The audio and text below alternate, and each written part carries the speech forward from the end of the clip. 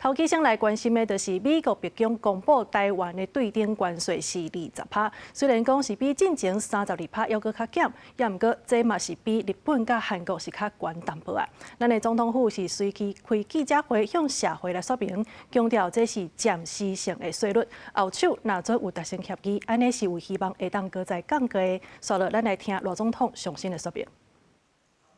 到目前为止，虽然已经获致阶段性的成果，由32%调降为20%，但20%从一开始就不是台湾谈判的目标。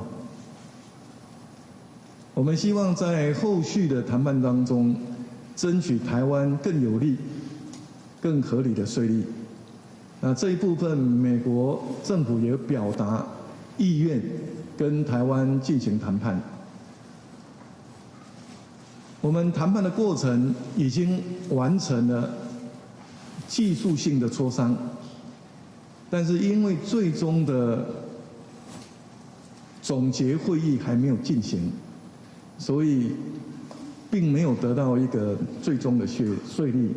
这个也是暂时性关税的由来。